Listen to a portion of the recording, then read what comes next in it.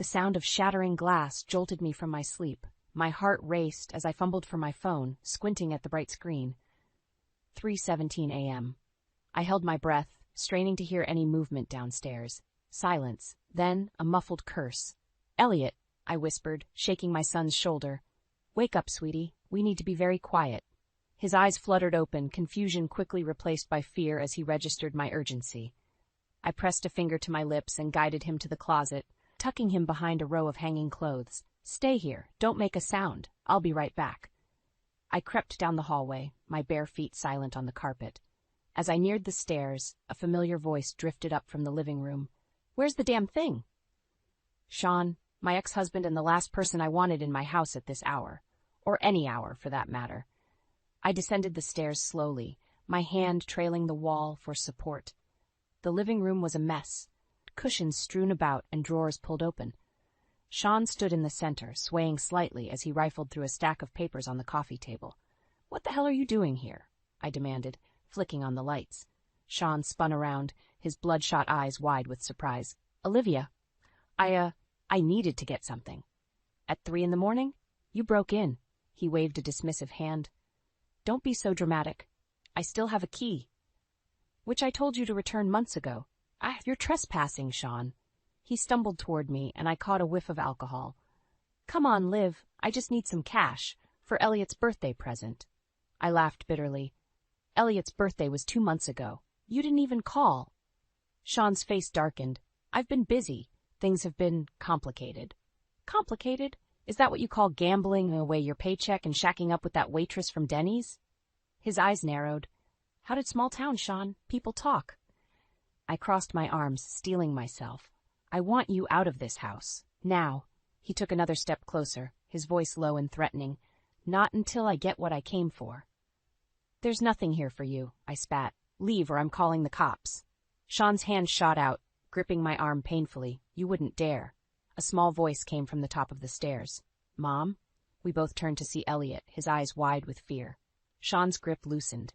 "Hey, buddy," he said, his tone suddenly jovial. "Dad's just visiting. Go back to bed." I wrenched my arm free. "Elliot, go to your room and lock the door. Now." Sean's face contorted with anger. "Don't you dare turn my son against me." "You've done that all on your own," I shot back. He lunged forward, but his drunken state made him clumsy. I sidestepped easily, and he stumbled into the coffee table, sending it crashing to the floor. "That's it," I said, grabbing my phone. "I'm calling the police." Sean struggled to his feet, panic replacing anger. "Wait, Liv, please. I'm sorry, okay? I'll go." I paused, my finger hovering over the call button. "This is the last time, Sean. If you ever come here again, I'll file for a restraining order." He nodded, backing towards the door. "I get it. I'll make things right." As the door closed behind him, I sank onto the couch, my hands shaking. Elliot's tentative footsteps on the stairs made me look up. "Is Dad gone?" he asked, his voice small. I nodded, forcing a smile. "Yeah, sweetie, he's gone. Everything's okay now." But as I held my son close, I knew nothing was okay. Sean's intrusion had shattered more than just my sense of security. It had confirmed my worst fears about how far he'd fallen and how much danger he might pose to our son. I needed a plan, and I knew just who to call for help. I paced the kitchen, phone pressed to my ear, listening to the endless ringing. "Come on, Isabel," I muttered. "Pick up." Finally, a click. "Hello." Isabel's voice was groggy with sleep. "Isabel, it's Olivia. I'm sorry to call so early, but it's about Sean." There was a sharp intake of breath. "What's he done now?" I recounted the night's events, my voice shaking. As I spoke, I could hear Isabel's breathing quicken. "That boy," she said when I finished. "I thought I'd raised him better than this." "It's not your fault, Isabel. Sean makes his own choices." She sighed heavily. "Maybe, but I can't help feeling responsible. What can I do to help?" I hesitated. I hate to ask, but I need to protect Elliot. Sean's spiraling, and I'm afraid he'll do something drastic. "Say no more," Isabel said firmly. "I'm on the next flight out." Relief washed over me. "Thank you. I don't know what I'd do without you." After we hung up, I found Elliot in the living room, half-heartedly picking up the mess Sean had left behind. "Hey, sweetie," I said, kneeling beside him. "How are you feeling?" He shrugged, not meeting my eyes. "Is Dad coming back?" My heart clenched. "I don't think so, honey. Not for a while." Elliot nodded, his little face scrunched in concentration. Good, he said finally. He scared you. I pulled him into a hug, blinking back tears. I'm okay, Elliot. We're going to be just fine. The next day passed in a blur of work and worry. I jumped at every noise, half expecting Sean to come crashing through the door again. By the time I picked up Elliot from school, my nerves were frayed. As we pulled into the driveway, I noticed an unfamiliar car parked across the street. A woman sat in the driver's seat, her gaze fixed on our house. Elliot, go inside and start your homework, I said, keeping my voice light. I'll be right there. I approached the car, my heart pounding. The woman rolled down her window, revealing a face I'd only seen in Facebook photos. Rachel, I said, crossing my arms. What are you doing here? Sean's girlfriend had the decency to look uncomfortable. I needed to talk to you about Sean. There's nothing to talk about. I snapped. He broke into my house last night. He's lucky I didn't press charges. Rachel's eyes widened. He what? Oh God, I'm so sorry. I had no idea. What did you think would happen when you got involved with an addict? She flinched. I thought I could help him, but things have gotten complicated. A chill ran down my spine. Complicated how? Rachel glanced around nervously. Sean's in trouble. Big trouble. He owes some dangerous people a lot of money. That's not my problem anymore, I said, turning to leave. Wait, Rachel called. They know about Elliot. They've been asking questions. I froze, fear gripping my heart. What kind of questions? About his school, his routine. I think they might try to use him to get to Sean. The world tilted beneath my feet. I gripped the car door to steady myself. Why are you telling me this? Rachel's eyes filled with tears. Because I realized I'm in over my head, and because no child should suffer for their parents' mistakes. I nodded, my mind racing. Thank you for the warning. Now I need you to leave and never come near my family again. As Rachel drove away, I hurried inside, my hands shaking as I locked the door. Elliot looked up from his homework, his brow furrowed with concern. Mom, what's wrong? I forced a smile. Nothing, sweetie, just a little tired. I glanced at the clock. Grandma Isabel should be here soon. Why don't we make her favorite cookies to welcome her? As Elliot cheered and ran to the kitchen, I leaned against the wall, taking deep breaths. Isabel couldn't get here fast enough. We needed a plan, and we needed it now. The stakes had just gotten much, much higher. The moment Isabel walked through the door, I felt a wave of relief wash over me. Her familiar perfume enveloped me as we hugged, and for a brief moment, I felt like a child again, safe and protected. Oh, Olivia, she said, pulling back to look at me. You look exhausted, dear. I managed a weak smile. It's been a rough couple of days. Elliot barreled into the room, throwing himself at his grandmother. Grandma Izzy? Isabel's face lit up as she scooped him into her arms. There's my little man. My, you've grown. As Elliot chattered away about school and his latest art projects, I caught Isabel's eye. She nodded, understanding the unspoken message. We needed to talk. Once Elliot was settled in bed, Isabel and I sat at the kitchen table, mugs of tea steaming between us. Tell me everything, she said, her voice gentle but firm. I recounted Sean's break-in and Rachel's warning, my hands shaking as I spoke. Isabel listened intently, her brow furrowing deeper with each word. When I finished, she reached across the table and squeezed my hand.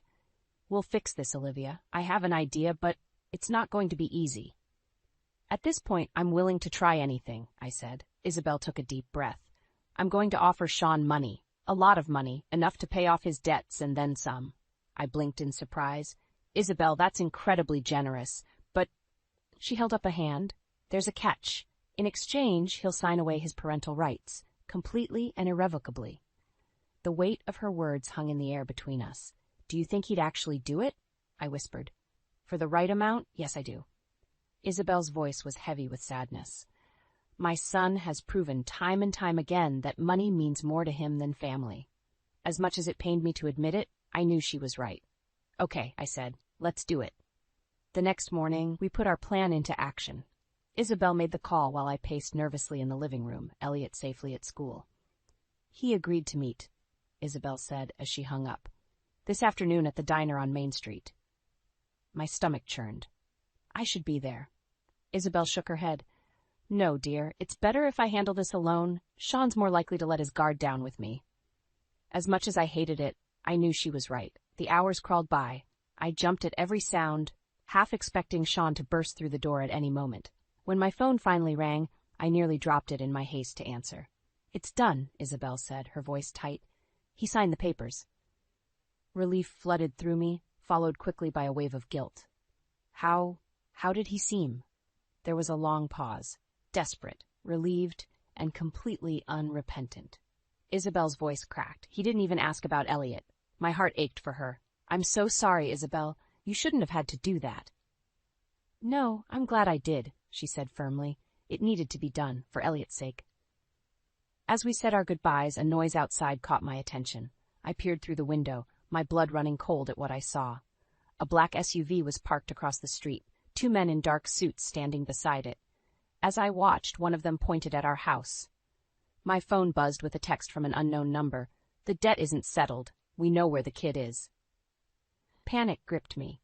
I ran to the door, fumbling with the locks, but as I yanked it open, ready to race to the school, I came face to face with Sean.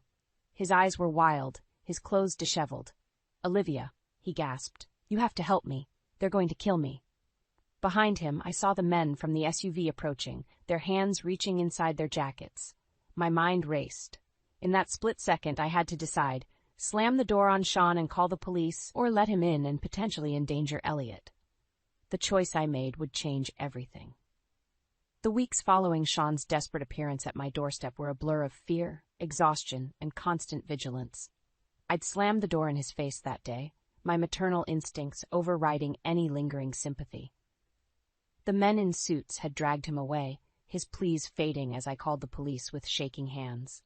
Now, as I sat at my kitchen table, staring at the pile of bills before me, I felt the weight of our new reality pressing down.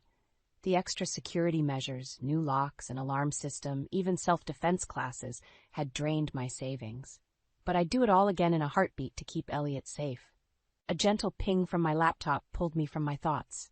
Isabel's smiling face appeared on the screen, a welcome sight after so many sleepless nights. "Olivia, dear, how are you holding up?" I managed a weak smile. "We're managing, Isabel. How about you?" Her eyes crinkled with concern. "Oh, don't you worry about me. I'm more interested in how my grandson is doing." As if on cue, Elliot bounded into the room, his face lighting up at the sight of his grandmother. "Grandma Izzy!"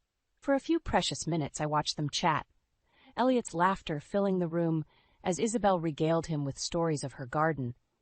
It was moments like these that made all the struggle worthwhile. Once Elliot had run off to play, Isabel's expression turned serious. "Any word from Sean?" I shook my head. "Nothing since that day. The police say he's in the wind." Isabel sighed heavily. "I should have known the money wouldn't be enough. Olivia, I've been thinking that perhaps it's time for a fresh start, for all of us." My breath caught in my throat. "What do you mean?" "I have a summer house up in Maine. It's secluded, peaceful. Maybe you and Elliot could use a change of scenery. And, well, I wouldn't mind the company either." The offer hung in the air, tempting and terrifying all at once. Leave everything behind? Start over? I don't know, Isabel. My job, Elliot's school. She waved a hand dismissively. "Details, my dear. All solvable problems. Just promise me you'll think about it?" I nodded, my mind already racing with possibilities. After we said our goodbyes, I sat in silence, weighing our options. The idea of escape was intoxicating, but could I really uproot Elliot's life? A sharp knock at the door shattered my reverie. My heart leapt into my throat as I approached cautiously, peering through the peephole. Rachel stood on my porch, looking haggard and afraid. Against my better judgment, I opened the door a crack. "What are you doing here?" "Please," she whispered, her eyes darting nervously. "I need your help. Sean's in trouble. Real trouble this time." I started to close the door, but her next words froze me in place. "They're going to kill him, Olivia. And then they're coming for Elliot." My blood ran cold. "What are you talking about?" Rachel's voice trembled. "The men Sean owes, they're not just loan sharks, they're human traffickers, and they think Elliot could fetch a good price." The world tilted beneath my feet. I gripped the doorframe to steady myself, bile rising in my throat. "Why should I believe you?" I managed to choke out. Rachel's eyes filled with tears. "Because I've seen their operation. I've been helping Sean hide, but I can't do it anymore. I'm in too deep." My mind raced, weighing the risks. If Rachel was telling the truth, Elliot was in far more danger than I'd ever imagined. But if it was a trap, please, Rachel begged. I know I have no right to ask, but help us, for Elliot's sake. In that moment, I knew my decision would change everything. The safe, quiet life I'd been building for Elliot and myself hung in the balance. But could I live with myself if I turned my back on this threat, no matter how remote? I took a deep breath, steeling myself for what was to come. Get inside, I said, opening the door wider. Tell me everything. As Rachel stepped over the threshold, I silently prayed I wasn't making the biggest mistake of my life. The familiar chime of an incoming video call filled my living room. I settled in front of the laptop, eager to see Isabel's face. These calls had become a lifeline for both of us, a moment of normalcy in the chaos our lives had become. Olivia, dear. Isabel's warm smile filled the screen. How are you and Elliot holding up? I forced a smile. We're managing, Isabel. How about you? How was your doctor's appointment? A flicker of confusion crossed her face. Doctor's appointment? Oh, yes. It was fine, I think. My heart sank. This wasn't the first time Isabel had forgotten something important. I glanced at the sticky note I'd placed on the corner of my screen. Ask about memory test results. Isabel, I said gently, do you remember what the doctor said about your memory? She frowned, her eyes darting away from the camera. I'm not sure. It's all a bit fuzzy. I took a deep breath, steeling myself. The doctor mentioned some concerns, remember? They wanted to run some tests. Recognition dawned in her eyes, followed quickly by fear. Oh, Olivia, I'm slipping, aren't I? Tears pricked at my eyes. We don't know anything for sure yet, but we'll face it together, okay? Isabel nodded, visibly pulling herself together. Of course, dear. Now let me see my grandson. I called Elliot over, watching as his animated chatter brought the light back to Isabel's eyes. But as he regaled her with tales of his latest school project, I noticed her struggling to follow along, asking the same questions multiple times. After Elliot bounded off to play, Isabel's facade crumbled. I'm scared, Olivia, she whispered. What if I forget him? What if I forget you? We won't let that happen, I said firmly, even as doubt gnawed at me. We'll figure this out.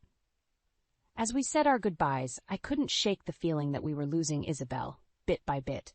The one person who had stood by us through everything, who had helped us escape Sean's destructive influence, was now facing a battle of her own. I was so lost in thought that I almost missed the notification popping up on my screen. An email from an unknown address, with a subject line that made my blood run cold. We know where the boy is. With shaking hands, I opened the message. Inside was a single image, a photo of Elliot on the playground at his school taken earlier that day. Below it, a message. The debt isn't settled. Meet us, or the kid pays. Panic clawed at my throat. I grabbed my phone, ready to call the police, when another email arrived. This one contained a video. My finger hovered over the play button, dread pooling in my stomach. Sean's battered face filled the screen. Olivia, he croaked. I'm so sorry. They have me. They'll come for Elliot next. You have to run. Take him and go. Please, protect our son. The video cut off abruptly, leaving me staring at my own horrified reflection in the dark screen. My mind raced. We couldn't stay here. That much was clear. But where could we go? Who could we trust? Isabel's offer of her summer house in Maine suddenly seemed like a lifeline. Secluded, far from here, a place where we could regroup and plan our next move. But could I uproot Elliot's life so suddenly? And what about Isabel? In her deteriorating condition, could she handle such a drastic change? The sound of a car door slamming outside jolted me from my thoughts. I peered through the curtains, my heart pounding as I saw two men in dark suits approaching our front door. In that moment, I knew I was out of time. Whatever decision I made would change our lives forever. Stay and face whatever was coming, or run and leave everything behind. The doorbell rang, its cheerful tone a stark contrast to the terror gripping my heart. I took a deep breath, steeling myself for what was to come. It was time to choose. The video call with Isabel had just ended, but something felt off. I moved to close the laptop when I realized Isabel's camera was still on. She must have forgotten to end the call on her end. I was about to disconnect when a movement caught my eye. A shadowy figure crept into Isabel's living room, careful to stay out of her line of sight. My heart stopped as I recognized the intruder, Sean. Isabel? I shouted, forgetting for a moment that she couldn't hear me. I watched helplessly as Sean rifled through drawers, pocketing what looked like jewelry and cash. Frantically, I dialed Isabel's number, praying she'd pick up. On the screen, I saw her reach for her phone, confusion etched on her face. "Olivia, didn't we just talk?" "Isabel, listen to me," I said, trying to keep my voice calm. "Sean is in your house. He's stealing from you. Call the police right now." There was a moment of stunned silence. Then, "What?" "No, that's impossible. Sean wouldn't." A crash echoed through the phone and the video feed. Sean had knocked over a lamp, startled by Isabel's voice. Our eyes met through the camera, and for a second I saw the desperate, cornered look of a man with nothing left to lose. "Mom?" Sean's voice was shaky. "I can explain." "Get out!" Isabel's scream was filled with a fury I'd never heard from her before. "Get out of my house, you thief!" Sean bolted for the door, but not before grabbing a small safe from the bookshelf. My blood ran cold. I knew that safe contained Isabel's most valuable possessions and important documents. "Isabel, call the police now," I shouted. "I'm on my way." I ended the call and raced for my car, my mind whirling. How long had Sean been stealing from his own mother? Was this why she'd been so forgetful lately, constantly misplacing things? As I sped towards Isabel's house, my phone buzzed with a text from an unknown number. "Got what I needed. The kid's next. You can't protect him forever." Terror gripped me. I'd been so focused on Isabel, I'd left Elliot vulnerable. I called my neighbor, begging her to check on him at his after-school program. Screeching into Isabel's driveway, I found her sitting on the front steps, looking shell-shocked. Police cars surrounded the house, their lights painting the quiet street in surreal flashes of red and blue. "Oh, Olivia," Isabel sobbed as I wrapped her in a hug. "How could he do this? My own son." Before I could respond, my phone rang. It was my neighbor. "Olivia, Elliot's not at the community center. They said a man claiming to be his uncle picked him up an hour ago." The world tilted beneath my feet. Sean had Elliot. All this, the break-in, the theft, it had been a distraction. A detective approached us, his face grim. "Ma'am, we've got an APB out on your ex-husband, but I need to ask you some questions." I nodded numbly, my mind racing. How could I have been so blind? I'd thought cutting Sean out of our lives would solve everything, but I'd underestimated his desperation. And his cunning. As I recounted everything to the detective, a terrible realization dawned on me. Sean wasn't just running from debt now. He was running from the law, with my son as his hostage and bargaining chip. My phone buzzed again, another text. "Meet me at the old factory. Come alone, or you'll never see the kid again." I stared at the message, my heart pounding. Every instinct screamed at me to tell the police, to let them handle this. But I knew Sean. He was unpredictable, dangerous. If he felt cornered. I looked at Isabel, still shaken on the steps, then at the detective waiting expectantly for more information. In that moment, I had to make an impossible choice. Trust the authorities to save my son, or take matters into my own hands and risk everything. The weight of the decision pressed down on me like a physical force. Whatever I chose, there would be no going back. Elliot's life hung in the balance, and the clock was ticking. My heart pounded as I approached the old factory, its dilapidated structure looming against the darkening sky. Every instinct screamed at me to turn back, to let the police handle this. But the thought of Elliot, scared and alone with Sean, propelled me forward. I'd managed to slip away from Isabel's house, leaving a vague note about following a lead. The guilt of lying to her and the police gnawed at me, but I couldn't risk Sean doing something desperate if he saw cops. As I neared the entrance, a figure emerged from the shadows, Rachel, Sean's girlfriend, her face pale and drawn. "Olivia," she whispered, "I'm so sorry. I never meant for any of this to happen." I brushed past her. "Where's my son?" She grabbed my arm. "Wait, you need to know, Sean's not alone. The men he owes money to, they're here too. They're dangerous." "Olivia." Cold fear gripped me. "What do they want?" Rachel's eyes filled with tears. "They want Elliot to sell him, to cover Sean's debts." The world tilted beneath my feet, human trafficking, my worst nightmare come to life. "Where are they?" I demanded, my voice barely recognizable. Rachel pointed towards a back entrance. "Third floor, but Olivia, you can't go alone. We should call the police." I was already moving, her pleas fading behind me.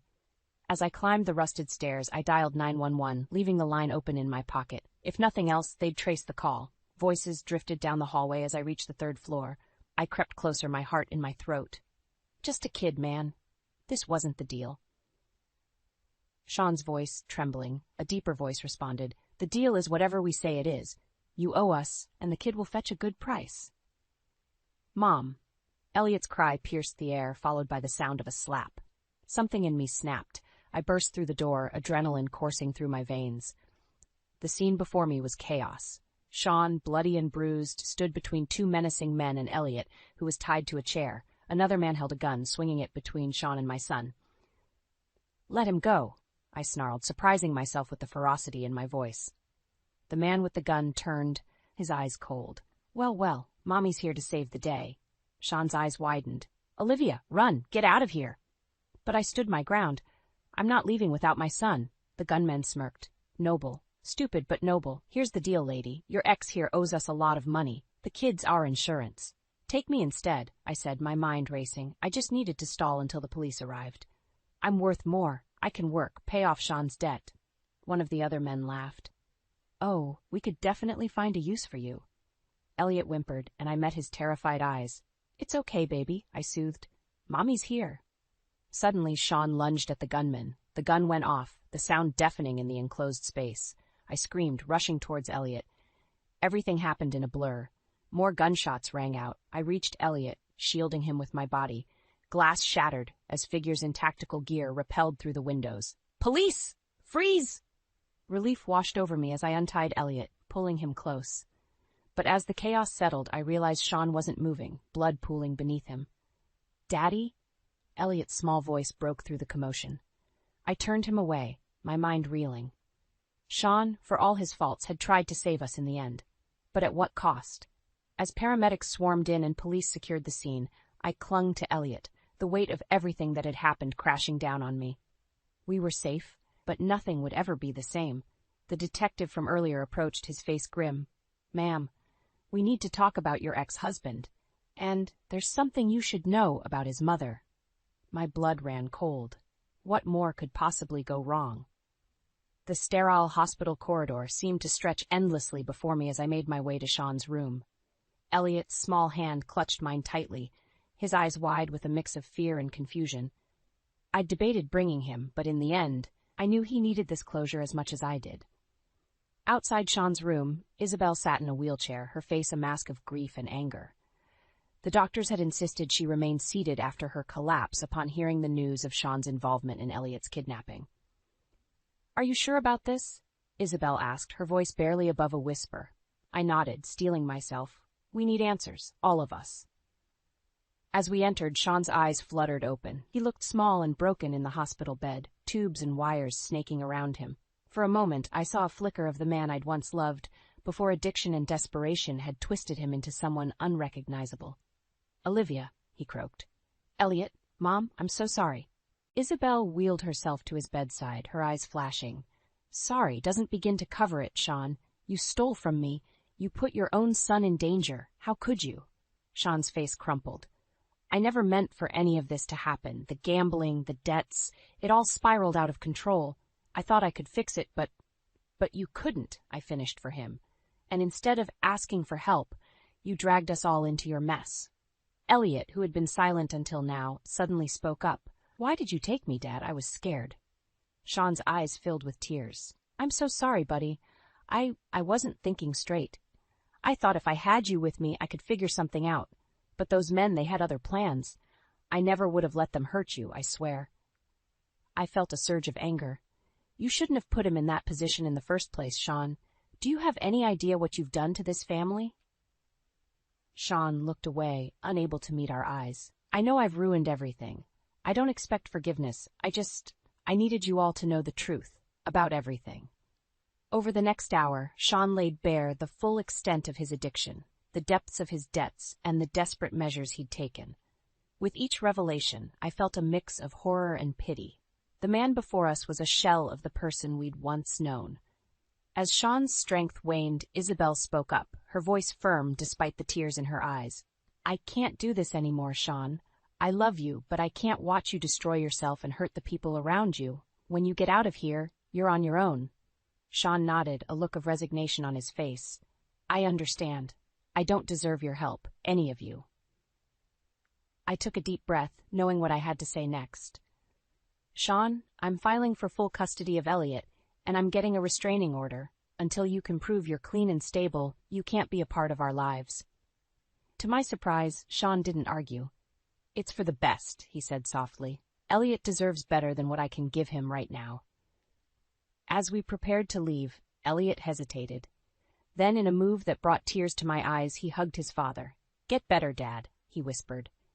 In the weeks that followed, our lives slowly began to rebuild.